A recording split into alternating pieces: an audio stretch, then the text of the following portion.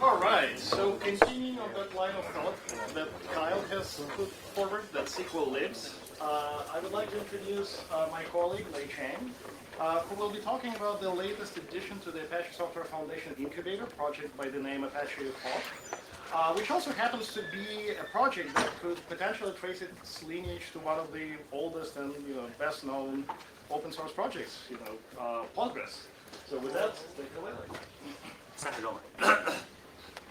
Good afternoon, everyone. So today I'd like to talk a little bit about Apache Hawk. So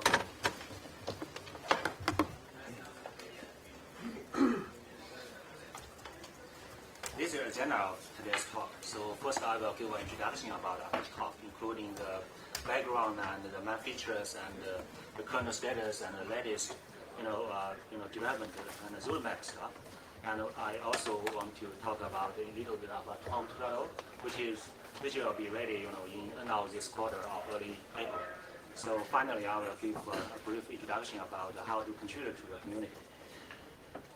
So Hawk, this is a native actually SQL on Hadoop engine. So in order to give you guys a basic sense about what it is, then I will first give you guys a demo. And you can see here, actually I installed two segments here. So one is a master segment, and the other is actually the slave segment. So this is a master segment, and this is the slave segment. So the segment is just like a single node database. So Hawk is like actually multi-node Postgres on top of HDFS. So now we have two nodes. Then actually you can use Hawk just like Postgres. You can use pSQL connecting to Hawk. Then you can show the tables in the database. You can also use /L to show all the databases in Hawk. And for example, you can create tables. You can insert into T, and you can also execute some queries. And here I also preloaded some TTCH table line item. You can see we can execute some complex query here.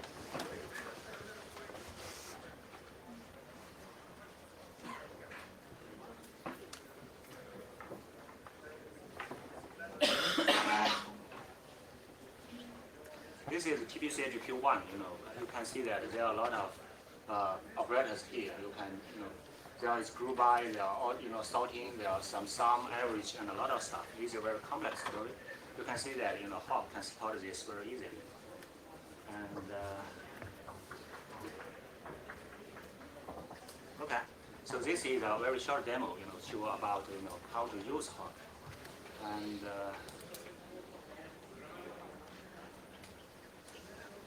so this slide shows the main features of Hawk. You can see from here, from the left top side, actually, from the end user side, you can, it's SQL standard compliant. Actually, it's it's called SQL 92, SQL 2003, and it also supports OLAP extensions.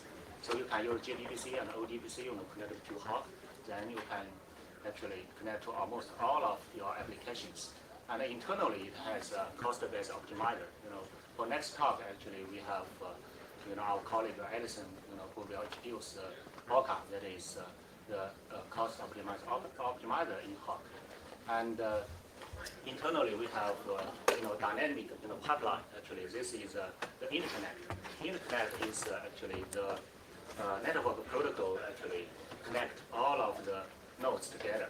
And it supports Hadoop native file formats, and it supports different kind of compression methods, for example, GZ, Snappy, PPLZ, and a lot of other compression methods. And it also supports multi-level partitioning. It supports list-based partitioning, range-based partitioning, and a lot of other partition mechanisms. And it also transaction compliant. It supports full SEID. So, actually a lot of Silicon Hadoop solutions are not support transactions. Actually, Hawk, from the beginning of the support, transactions. Sometimes you might think that, for analytical workload, transaction is not necessary. But actually, when you do some update or, load to some tables, you will see that the transaction is very, very important. So, for example, when you do a load, if the transaction fails, sometimes you will get a lot of garbage data. If we don't support transaction, actually, you will get, inconsistent data, and finally you need to remove the garbage data by yourself. So, or manage it by your own code. It's a nightmare actually for developers. And so, and Hawk is support actually petabytes data, and it's kind of petabytes scale actually. Internally, we have elastic runtime to support such a large scale. And from fault tolerance side, actually, we support multi-level fault tolerance. If there are some segments die, then actually Hawk can continue query the data without by removing the segments. And it also supports master and master mirroring. If the master dies, then actually the standby can take over. We also support online expansion. So actually, if you want to add a node, actually it's seconds. You can add a node in seconds. It's you do not need any data redistribution. This is very important for management. And we also support actually it's multi-tenancy. Hawk is kind of multi-tenant. It's supported by hierarchical resource queues. And actually in 2.0 actually we introduced this feature, and actually different business unit can create different resource queues by managing the CPUs and the memories and IOs, and it also supports granular organization mechanism. And so Hawk is also extensible. So now actually Hawk already supports a lot of formats.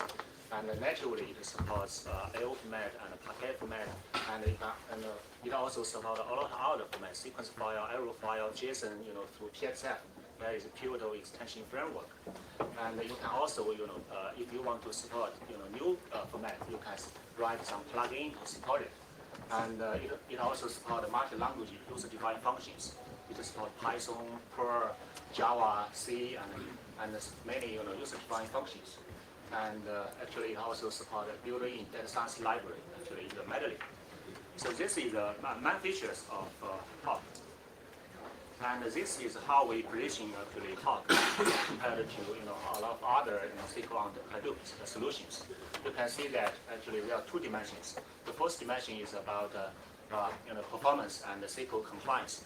You can see a lot of traditional data warehouse, for example, Vertica or IBM, or Vertex actually.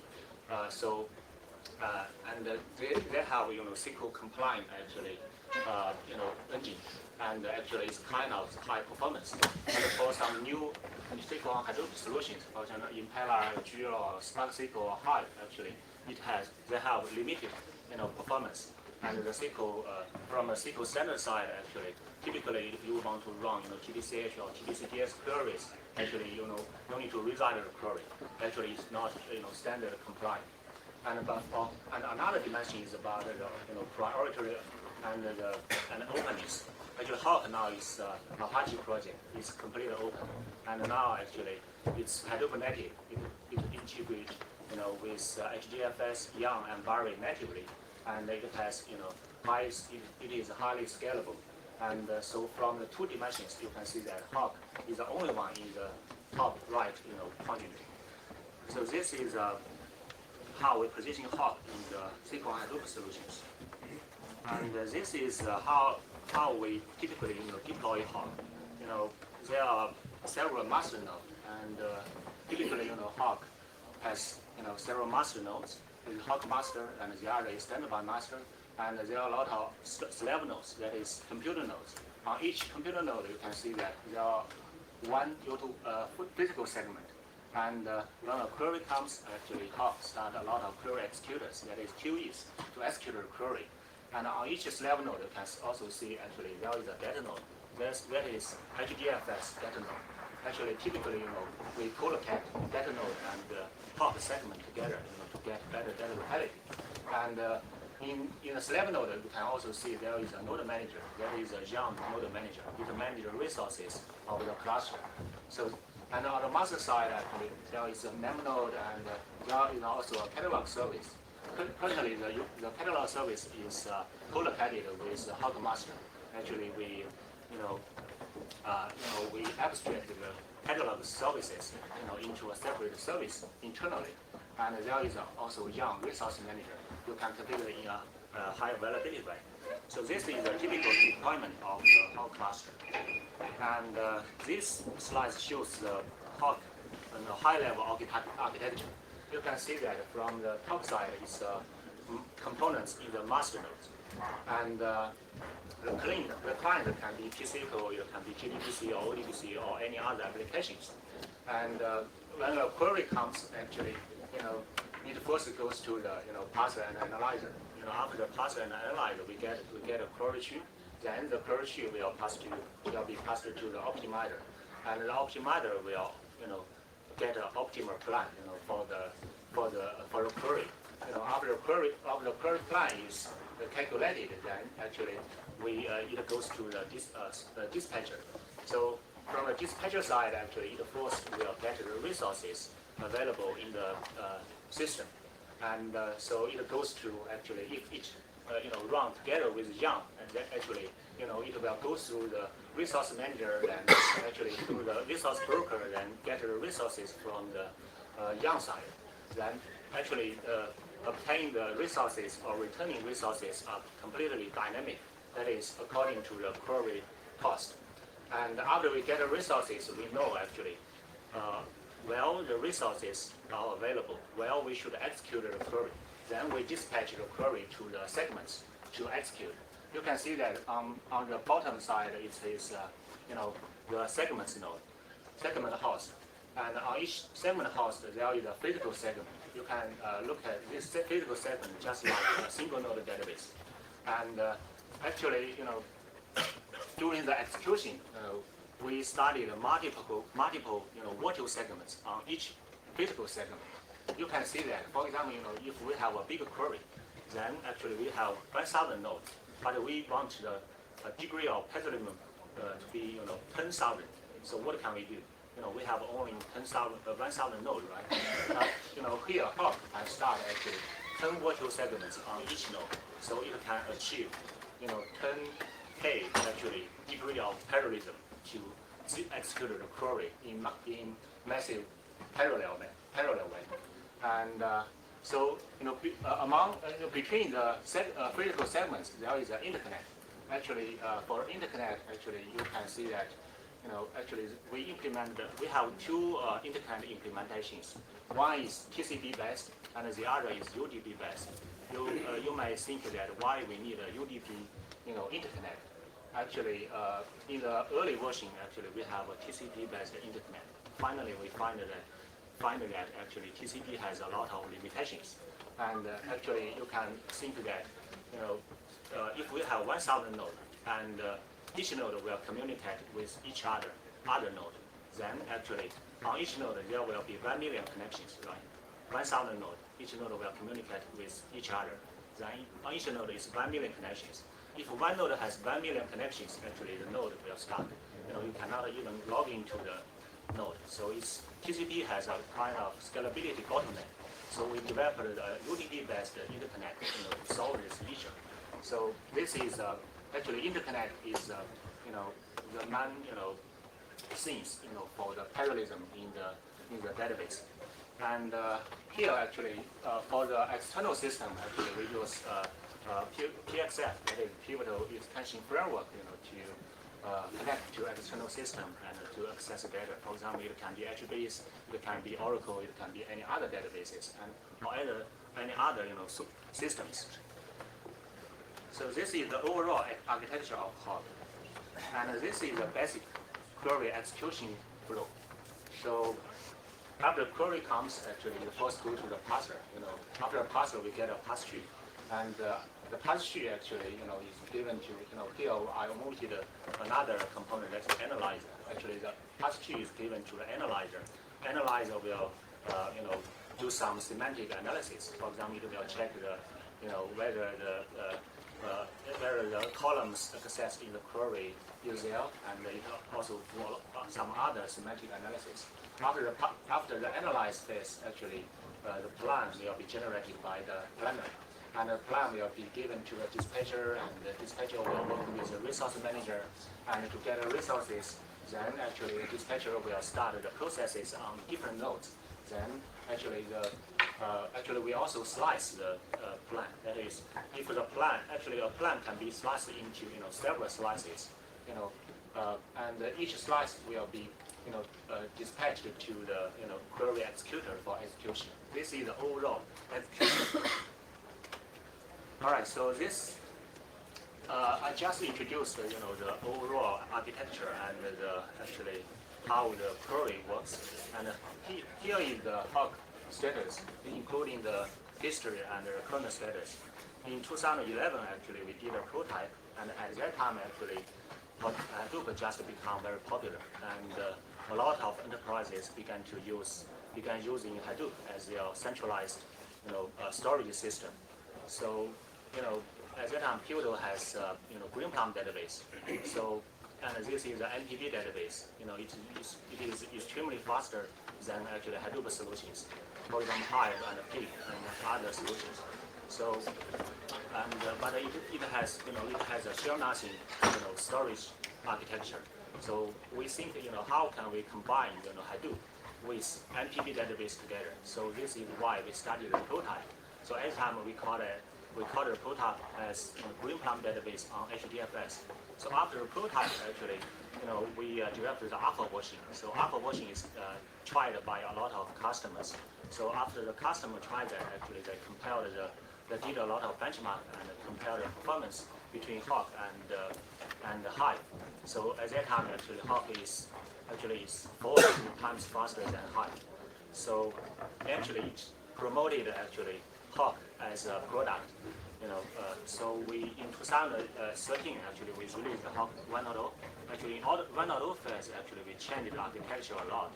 Since actually now we have a kind of centralized storage on HDFS. So a lot of things in the traditional NPV database is not necessary. So we changed the transaction mechanism. We changed the fault tolerance mechanism, and to make it more like Hadoop system.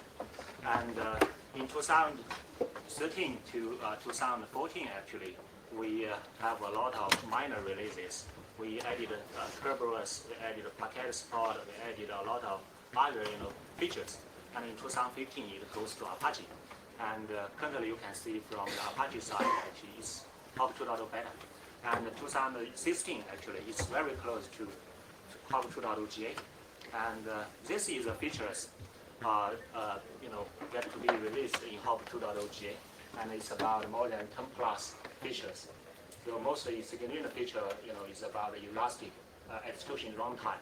That is, we can, virtual segments can be started on, multiple virtual segments can be started on each, physical segment. That is, you can, we can start the, we can execute a query according to the cost. That is started as many as virtual segments according to the query cost. The other is about resource management. Now we have 3-layer resource management. We support dynamic expansion. We support the new dispatcher for the elastic runtime. We support the performance model, and we also consolidated the storage model.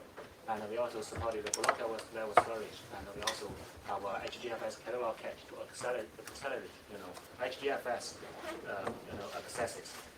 And we also support catalog integration. That is, you can query the tables in catalog very easily.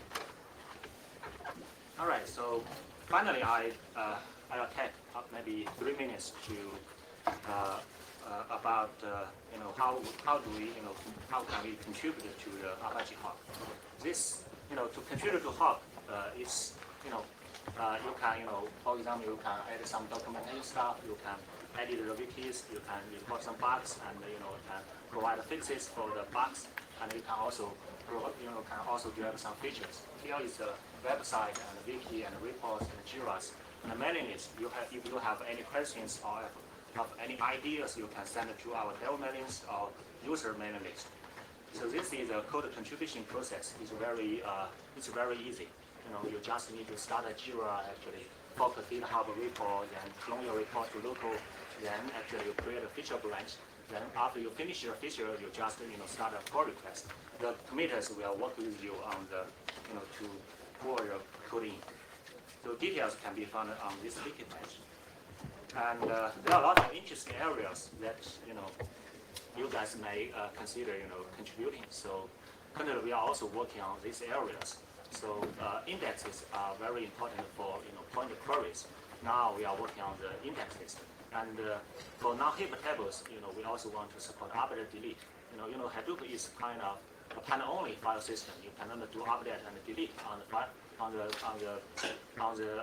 the system. So in order to support update delete on a pan-only tables, it's kind of challenging. So currently we are working on this too. And snapshot geo-replication and integrated with other ecosystems, for example, Spark, Flink, and any other ecosystem is also an interesting area.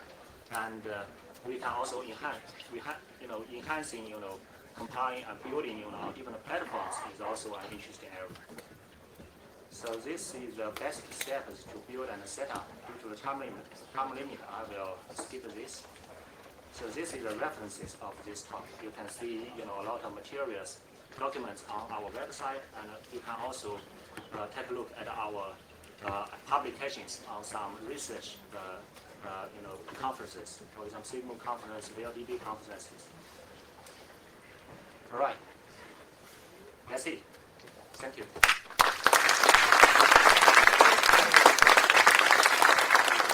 Thank you, Wei. Any questions? Any questions, Wei? Yeah.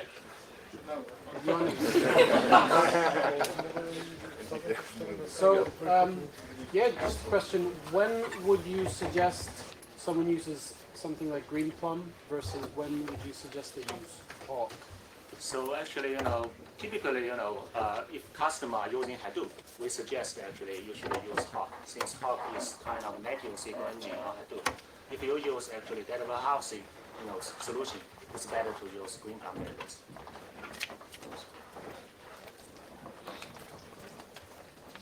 Is it an added layer that can be deployed over a pre-running Hadoop file system, or meaning can the request be launched by connecting to a running Hadoop system, or must it be deployed as a brand new data warehouse?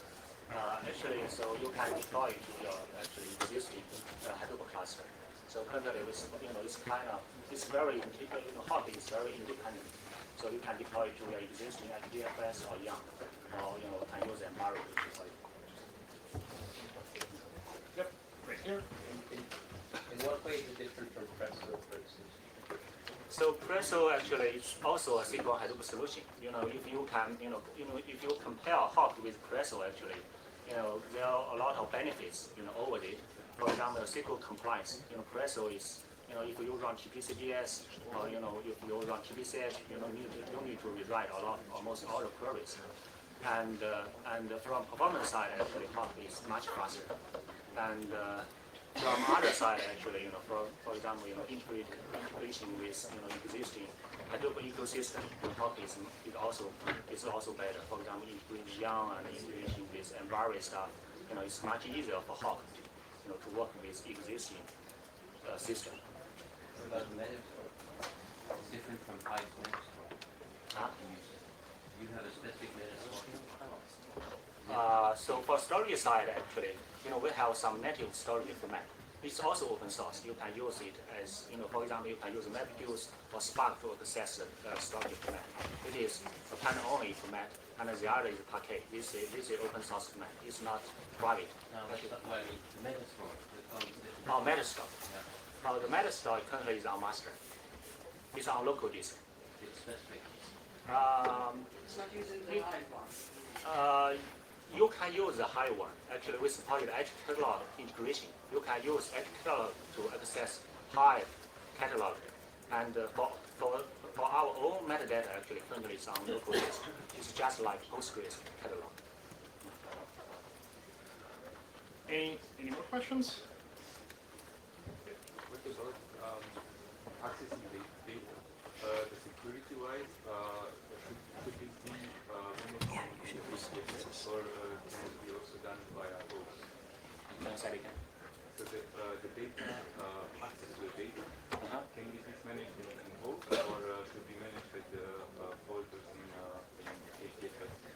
Actually, the data is on HDFS. So actually, if other system want to access the data, written by Hop, it can access directly on HDFS. So it's a shared storage, actually not managed by Hop. Only the catalog is managed by Hop. Security with part security with part Kerberos and any yeah. What the permissions the engine itself supports Kerberos. Anybody else? Any more questions? What about ORC file format support? Do you want to support ORC or just Parquet?